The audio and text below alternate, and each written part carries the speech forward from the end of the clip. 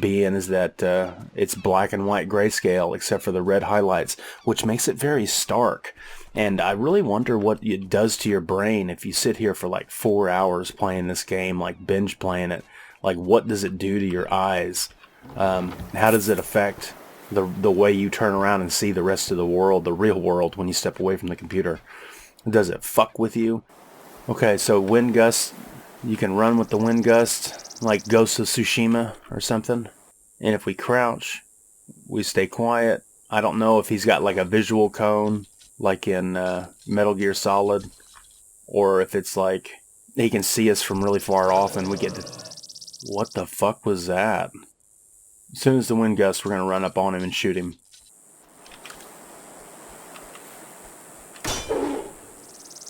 Nah, that was nice. So he snorted like a pig or whatever. I shall find her for you if I can, I say. Oh, okay. Okay, it's just another spin. What the fuck? What the fuck? Okay.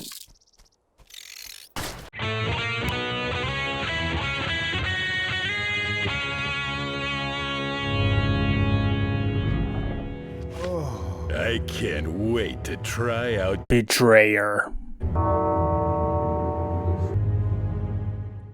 What's up, my fellow video game people? Welcome back to the channel. I'm Protodead, and today we're going to be trying out a new game. This game is called Betrayer. So let's get right into this. Let's try this out. It's a first-person sort of game. I think it's more of a medieval sort of first-person hack and slash. I guess it's a first-person shooter, but what I'm trying to say is I don't think it has very many guns in it. I am going to go ahead and fuck with the audio. For fuck's sake, it's goddamn loud. So visually this game is really neat because it's basically grayscale plus red. Yeah, baby.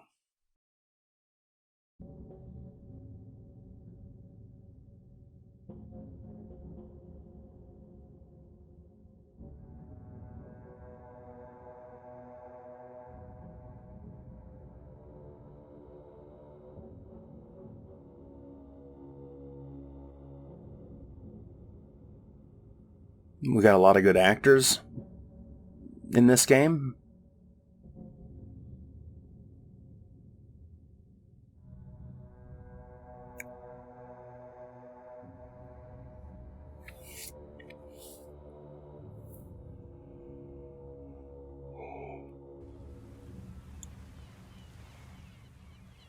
Okay. Looks like we washed up on the beach. Forgive my microphone quality if you hear some crackling in the background. I got a problem with my mic and I can't figure it out. But I did want to try this game out today because its aesthetic is really cool. Okay, so there's a boat flying by. It's a flopping in the water. And there's a boat just sailing. So this is cool. Can we swim out into the water? No, there's an invisible wall here keeping us from going deeper. Oh, which is okay. Now I think it insinuates that our boat crashed and that we were on this boat and now we're here. So we got some glowing red stuff over here.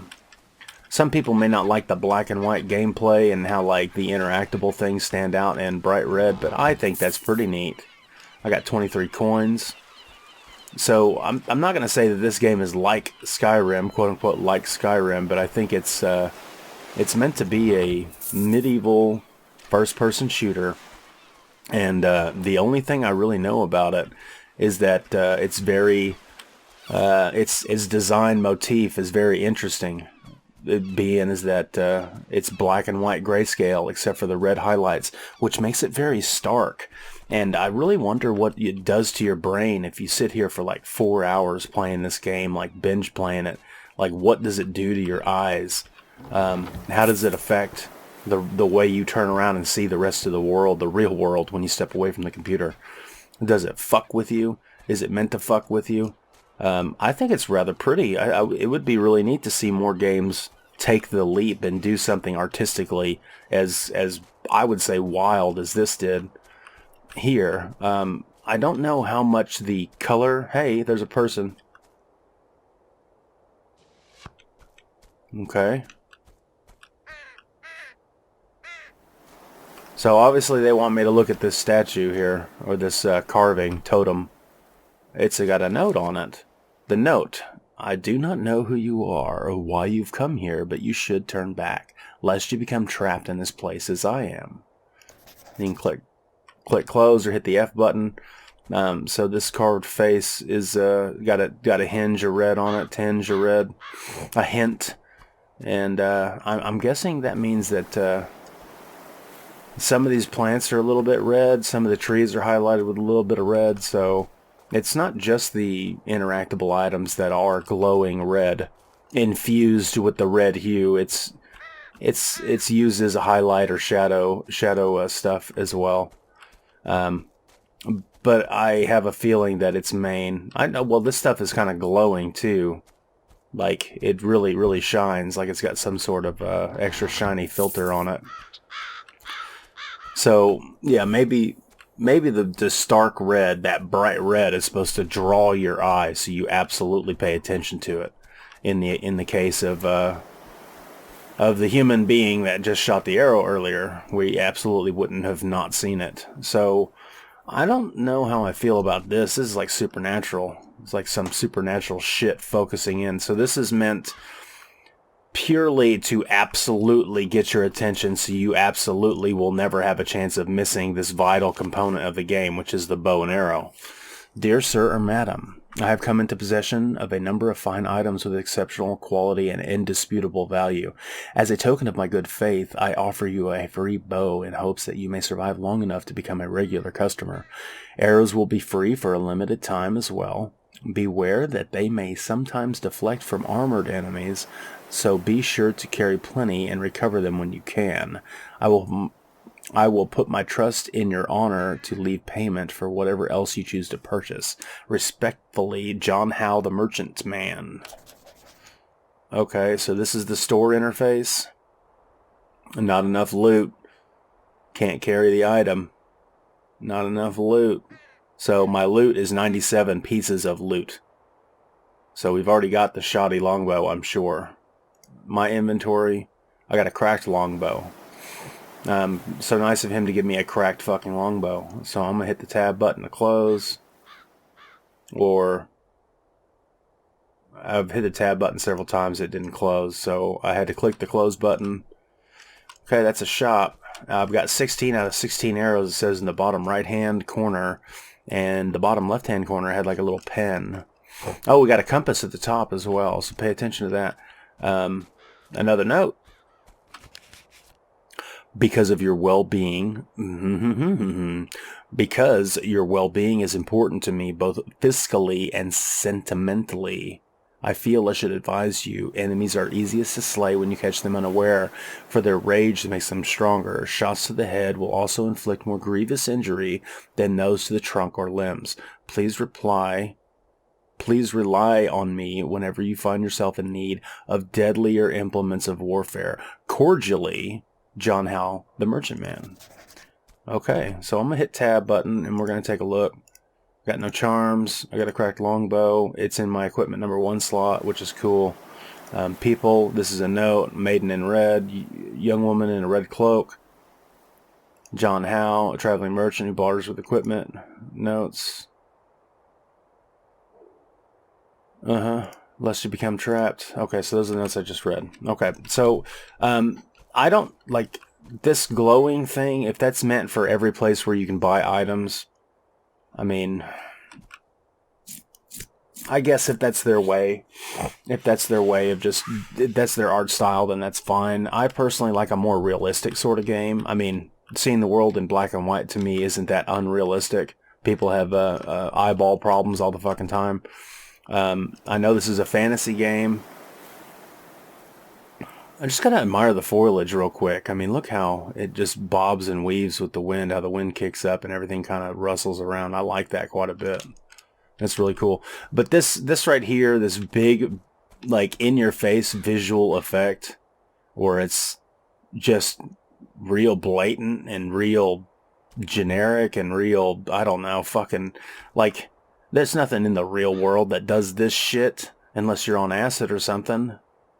I don't like it. They could have done something better if, like, this station, okay, understood that maybe this is like this at every single merchant place, so that you know exactly where all the merchant places is. They could have done something different, though. Let me explain. So that we got these poles right here. At the top of the pole, maybe it extends a little bit longer, like maybe a whole like torso length higher, and you got two long fucking flags that come off and that blow in the wind. Two big red flags instead of a glowing corona that, you know, looks like I'm at the beginning of the movie Eliminators. I would have. That's personally. That's just me. Just me. But if they did that for this one in particular, because this is where you get the bow, they could have solved that problem by giving you the bow at the very beginning when you're on the beach. Like, your character looks down and picks the bow up automatically off the ground, and then you have it. And then you get the arrows right there or something like that. Hey, there's a person here. It's a person, man. But maybe this game has actually a whole lot more supernatural shit that goes on in it. And that's fine too. So I'm going to raise the bow with the right click. I'm going to draw the bow back holding left click and right click at the same time. Cancel shot is reload. So I'm going to try to hit this mother... Oh my god. Hit him right in the head. Okay. So apparently he ragdolled down like really fucking fast. Yeah, so it's got that same glowy shit for loot in the world too. Okay, so I picked up a crude pistol. So this game does have guns. So I'm guessing that's going to be my number 2. I got 10 shots. Okay, so now I've got a flintlock pistol. I wonder if it's a 50 caliber ball black powder pistol. I got one of these things, you know. Got 2 of them, as a matter of fact. And they go fucking kaboom.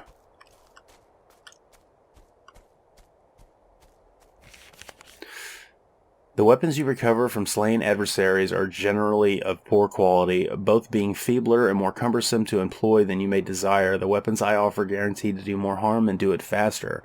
John Howe, the Merchant Man. The Merchant Man, the Merchant Man. Okay, so now we're going into the map. The compass is spinning around all over the place, I noticed. Oh, we're loading to another area. That sucked. Loading of the different sections of the map, I think, blows the big fat donkey dick. A lot of people have a major problem with it, and before in my life, I really didn't think it was that big of a deal, because that would afford me the opportunity to bend down and take a sip of my whiskey or my coffee or whatever it is I'm throwing at that time. But in these days, in an open world, supposedly I thought this was an open world game. Maybe this isn't open world at all, and then that makes more sense, where it has like structured levels. But if it's an open world sort of game, I really shouldn't be having any loading points, because the traveling from one area to the next, like in Assassin's Creed or in Far Cry or whatever open world game I'm running through, it should be seamless and no loading screens, unless we are going into a cutscene. It's just my personal opinion. Okay, so the note says, it was remiss of me not to mention that the enemies are more likely to discover you if you are moving. Crouching makes you significantly harder to detect and allows you to move more quietly. Use the wind to your advantage. Gusts will mask your footsteps, making it easier to run up behind your foes without alerting them. John the Merchant Man. The Merchant Man? The Merchant Man. Okay, so wind gust. You can run with the wind gust, like Ghost of Tsushima or something. And if we crouch, we stay quiet. I don't know if he's got like a visual cone, like in Metal Gear Solid, or if it's like he can see us from really far off and we get to... What the fuck was that? As soon as the wind gusts, we're going to run up on him and shoot him.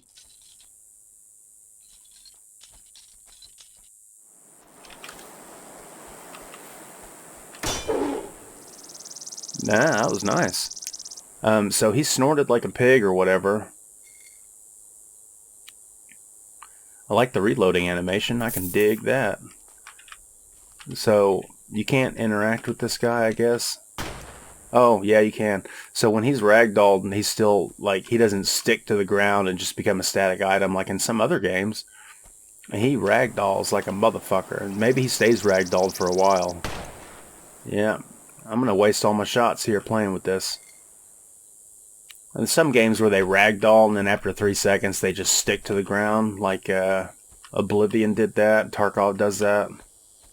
There's a few other games that do it that way. That way you can have the brilliant wonderfulness of the ragdoll, but then it's not computing, not taking up all that computing power trying to recalculate its ragdoll anytime anything interacts with it. So that way it can save some resources going forward.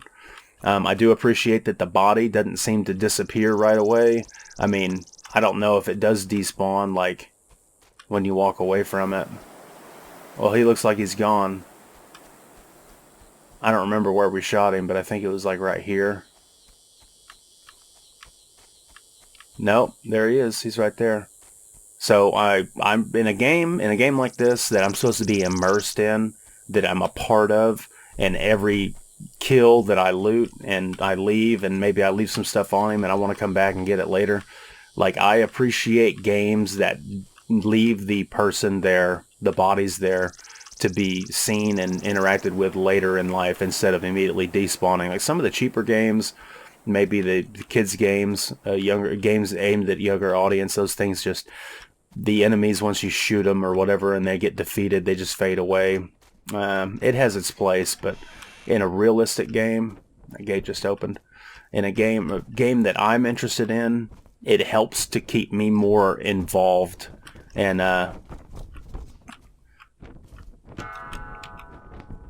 if those bodies stick around for a while.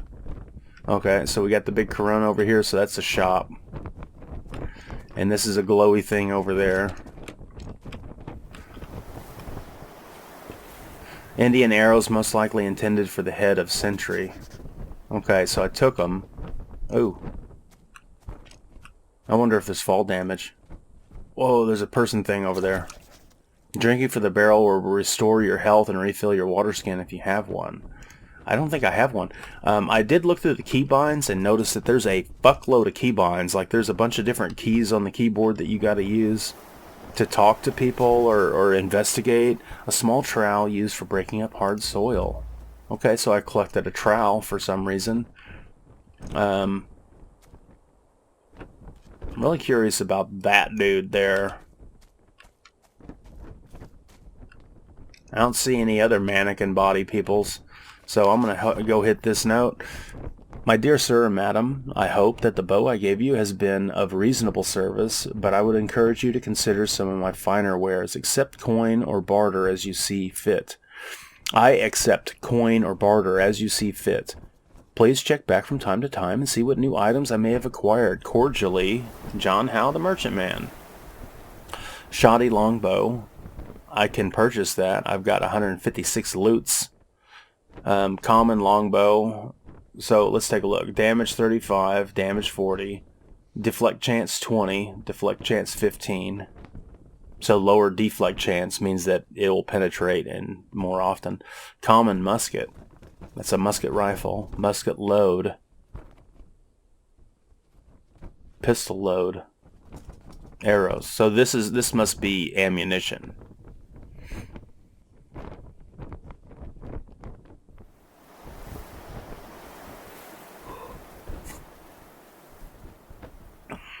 Okay, so we're going to switch back to the bow, and let's just take a hard look at what it looks like. Oh, I just noticed that there's a little bit of weapon movement when you twist back and forth. I like that sort of detail. It's not too bad in this game. Other games do it better, but I'm going to go ahead and buy that shoddy longbow, and we are going to see if we can switch it out. I want... You motherfucker. Cracked longbow. I'm gonna scrap it. I don't know what happened. Okay, shoddy longbow goes up here. So now we're gonna switch to the shoddy longbow.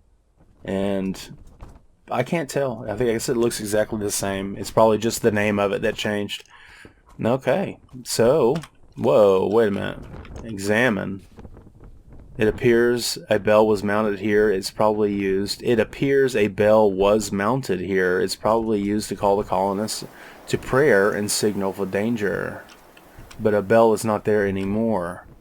This looks like a church. Okay. And here is a note on the ground. The Indian king, who they call Werowance, whom they call a Werowance, was much pleased by our gifts of tools and trinkets, and gave us in return an abundance of corn and bear meat, which is an excellent victual. Okay, so this thing is like a person who looked at Medusa. Although this figure appears human, it's only ash and ember. So it's crispified, huh? So he's been baked. He's been baked like a fucking piece of charcoal. Crude charm of soldiery. So let me click on the charms. Okay, it's already equipped. Reload musket and pistols and crossbows 5% faster. Okay. And here is the bell. An ornate bell appears to be in good condition. Can probably be remounted where it hung. Okay. So I'm guessing everything that's black and low. Here's another one. Another ash figure. Okay, so when you shoot them, they totally bust into ash and fucking fly to pieces in dust. That's rough. If there's any way to cure or fix these people, that guy's fucking toast. Sorry. More Indian arrows. Either there was a large-scale attack or several smaller skirmishes. Okay. You can drink from the water skin to restore yourself at any time, but refill it at open barrels. So I just got a water skin. Heal with the Z button. Here's a note. According to our prisoner, Spaniards seek to destroy settlements that might be used for privateering against their treasure fleets and will surely come at us again. We need reinforcements if we are to repel further attacks. So this person was obviously begging. Yet another ash figure. What could these be? Hey, look, there's something that glowed over here. Something appears to be buried here, but the soil is so rocky that it will take more than a trowel to dig it up. So I picked up the trowel. Does that tell me that there is a place like this spot which I can dig up, but for me to dig up this spot I need a shovel? So maybe I need to be looking for a spot where I can dig up. But in the meantime, I'm going to hang this bell. I replaced the bell. Now I'm going to ring the bell. Oh shit, some shit happened. You ever just be like trucking along and be like, oh shit, some shit happened? Okay. So there's some shit over there and some shit right here. I'm going to look behind this house, see if there's any shit back here. Okay, so now everything's got a tinge of red. Like there is a hint of red on almost everything now. Or everything that I'm close to, rather.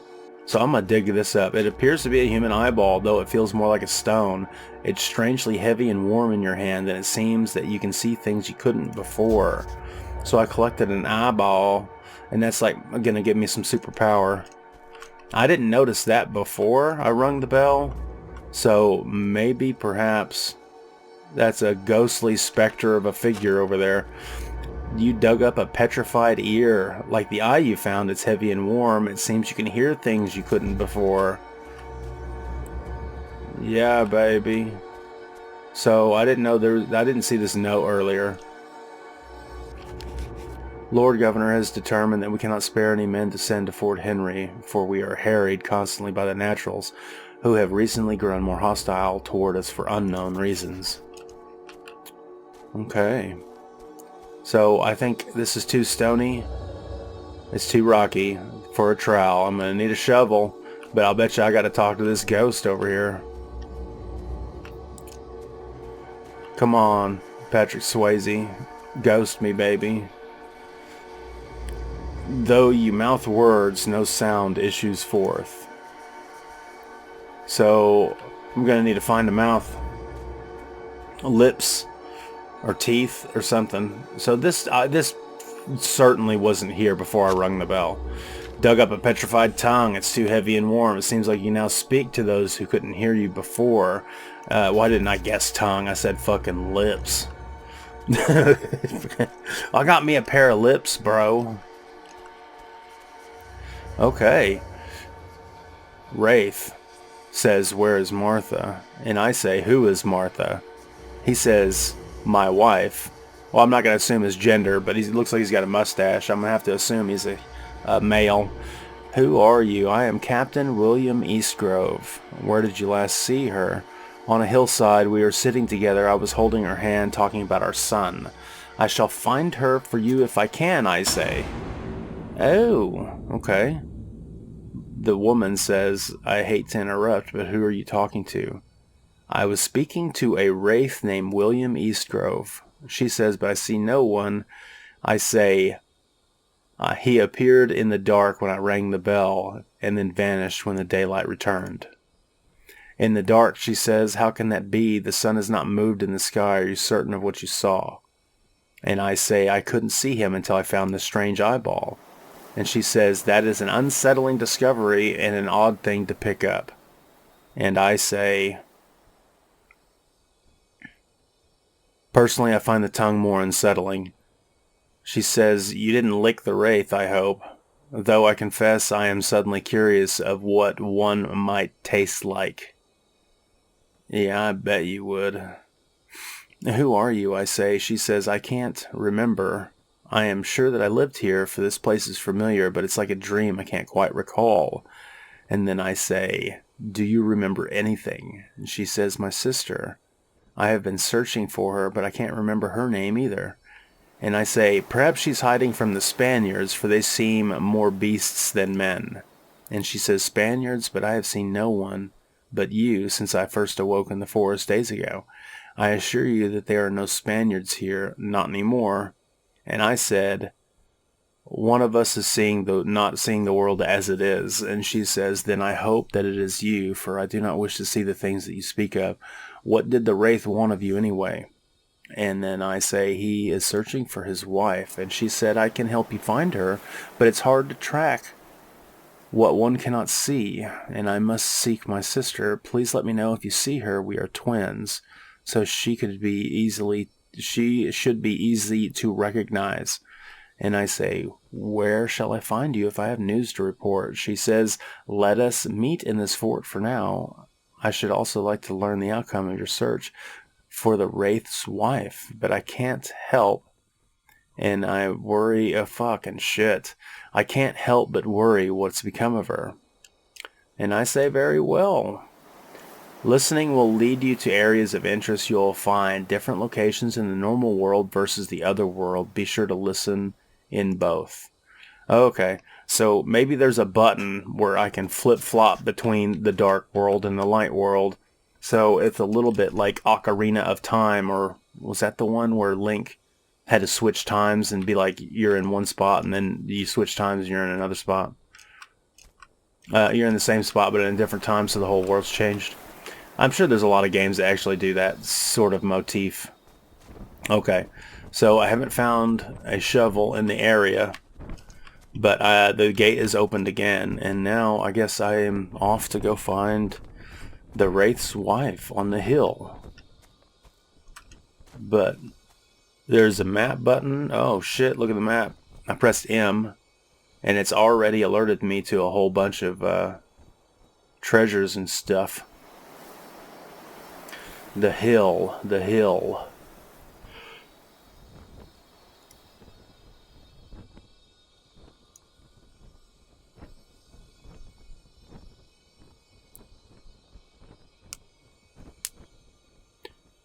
Well, I don't see a hill on here that's like standing out. Okay. Oh wow. Listen, X. Press the X button. I'm trying to listen.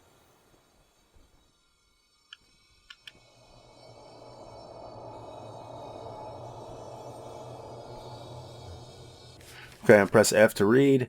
Several among the council are wary of treating with the naturals, but I believe I have convinced them of the necessity. We cannot assume that Sir Christopher will outfit a resupply fleet with sufficient urgency to ensure it reaches us from England before we have no more need of it. We must starve. We will starve before spring without succor. Succor means aid.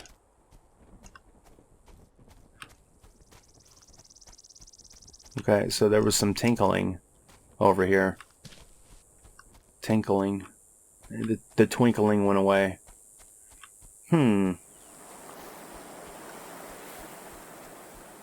Oh shit.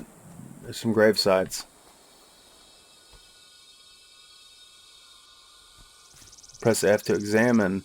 Nathan Lambton, murdered by a Spaniard. Perhaps I give you my word as a Spaniard. Matthew Helyard, ship's boy, age 12, found dead along the path. Edward Barnes, age 6, a sweet and gentle son, died of sickness. That sucks. Here lies Mary Barnes, age 24, loving wife and mother, died of sickness. Rough. Edmund Percy, killed fighting the Spanish. So the twinkling was emanating from these interactable objects in the world, which happen to be gravestones, or grave markers. I really wonder what I'm supposed to gather from this. Several died from sickness, a couple died mysteriously, and a couple died from Spaniards. So the twinkling sounds like it's an auditory cue so that you know there's an interactable object next to you.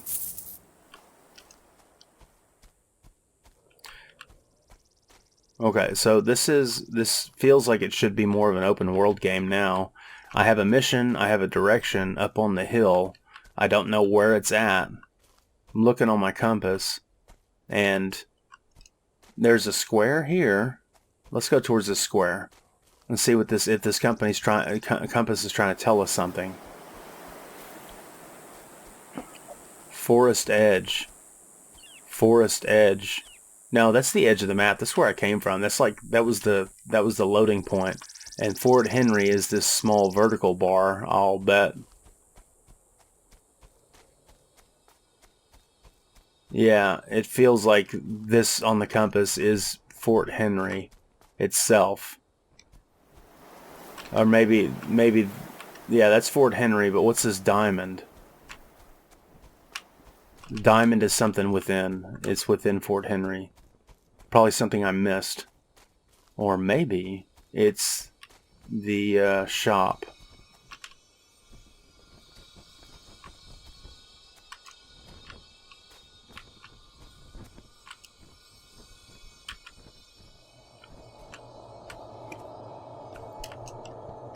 Oh, there's something up there. There is something up there for sure. Can't get in the door.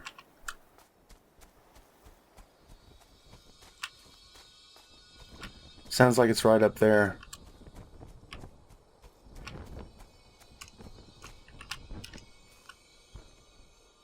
So X to listen, and all it seems to do is make the noise pick up in the world.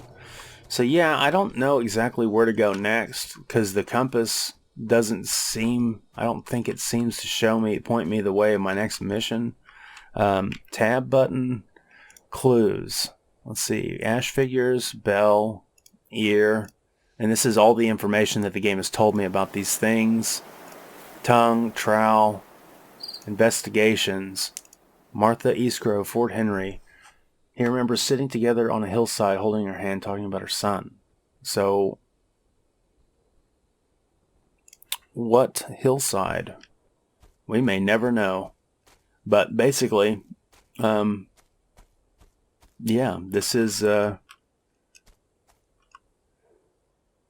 God. Yeah, this is Betrayer. So, here we go. This game can be a whole lot of fun, can be really cool, you know, if you're into a sort of game like this. I think the art style is really neat. Oh shit. Oh, he's got a little health bar. I got him. He sounds like a fucking pig, man. That's cool. So you just walk over items and you suck them up. You don't have to bend down and press F on them to collect them. I think I saw something twinkling way over here.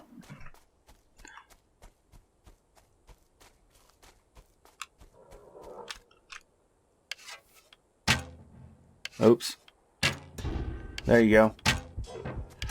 Oh, he's got a bow and arrow. By Jove, he's going to try to shoot me.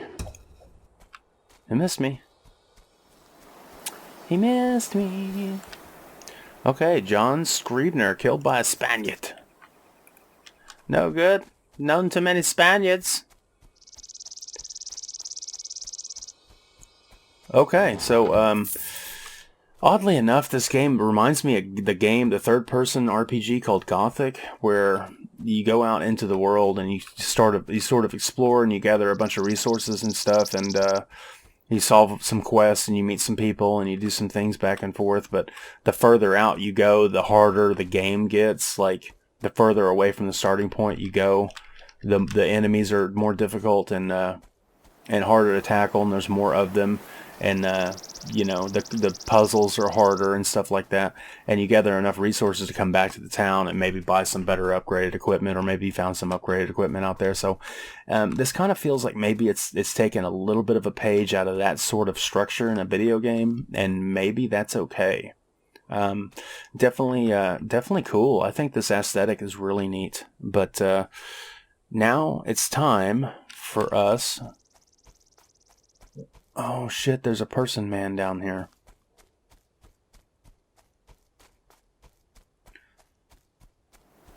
Okay, it's just another spin. What the fuck? What the fuck? Okay, switching to the gun. I am dead. Wow. Whoa, dude. I was not ready for a fucking spider crustacean thing to be busting up out of the fucking crate like that. So yeah, each time you fail, each time you fall in battle, enemies, god damn it, each time you fail, each time you fall in battle, enemies will return to the area, but may be in different locations. For an additional challenge, you can enable drop loot option, which will cause you to drop your loot and scrapped items when you die. If you die again before retrieving them, they will be lost forever. The location of your valuables will be shown as an X on the compass.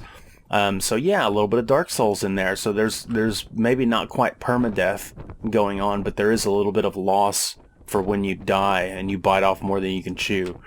So that's great, man. That's brilliant. That's a really, really wonderful way to keep people engaged and involved in the game and in the story, and keep the grind alive, because I think that's important. So, yeah, man, this is Betrayer. So far, I think it's actually really cool. Let's read the words of the developer. As you guys know, a Let's Try Out video is a part Let's Play. There's going to be some commentary in here, a part tutorial. You learn as I play the game, and part first impressions, because a lot of these games I've never played before. And you get to step through all the problems that I stepped through, and hopefully we come out the other side learning a little bit. And kind of a part review, because I try to rehash a little bit of my opinions at the end of the piece. After we read the words of the developer, we can try to make a decision whether they're shoveling us a load of bullshit, or if they're spot on honest, and it seems to make a lot of sense with what they're trying to, the product that they're trying to produce. And if you want to spend your hard-earned money on it, because at the end of the day, I'm trying to give you an honest presentation of the first 30 minutes or so of a video game really is. That way we can make a sound judgment on it. So, let's read the words of the developer. Betrayer is a first-person action-adventure game which takes you to a new world. Shit. which takes you to the New World at the turn of the 17th century. The year is 1604. You sailed from England expecting to join a struggling colony on the coast of Virginia. Instead, you only find ghosts and mysteries. What catastrophe blighted the land and drained it? So far, the reviews are very positive. Over 2,000 reviews on Steam since its release date in 2014. And this is developed and published by Blackpowder Games. Currently, Betrayer is sitting at $5. And I think that's a pretty solid price point for a single-player action, adventure, first-person shooter sort of game. We don't know how open world it really is, but it seems like it's well worth the $5 for sure. If you can find it on sale, bonus, you know, no problem. I give this game 2 big thumbs up. I think it's really, really cool. But reading a little bit more about what the developer has to say, what catastrophe blighted this land and drained it of its color and life? Question mark. Where are the settlers and tribes who lived here? Clue by clue, you must piece together the story of what befell this doomed settlement and find a way to set things right. You will be hunted by corrupted conquistadors and ravening shadows as you explore an expansive wilderness in order to trace the brief, tragic history of the colony and search for survivors. Some of the key features is explore large open environments teeming with danger and discovery. Chart your own course in search of clues and treasures. Switch between 2 distinctive worlds featuring different enemies, obstacles, and threats. Wield early 17th century weaponry including muskets, bows, crossbows, and tomahawks. Upgrade your arsenal by purchasing or finding faster, deadlier, longer ranged weapons. Charge headlong into battle with guns blazing or pick off enemies quietly. A novel movement-based stealth system lets you hide in plain sight or use the wind to mask your footsteps. Equip the ability-enhancing charms to complement your playstyle, granting anything from extra health to faster movement or improved stealth. Play with the default visual style for maximum eeriness and tension, or customize the color and contrast settings to suit your tastes. Blackpowder Games says, our ongoing mission is to create first-person action experiences that are distinctive, compelling, and memorable regardless of scope or platform. Most of the founders began this quest together over 15 years ago at Monolith Productions and have continued to refine and improve our craft as a team ever since. We expect to continue on this righteous path for centuries to come now that the singularity is just around the corner. That's interesting. What do they mean by that?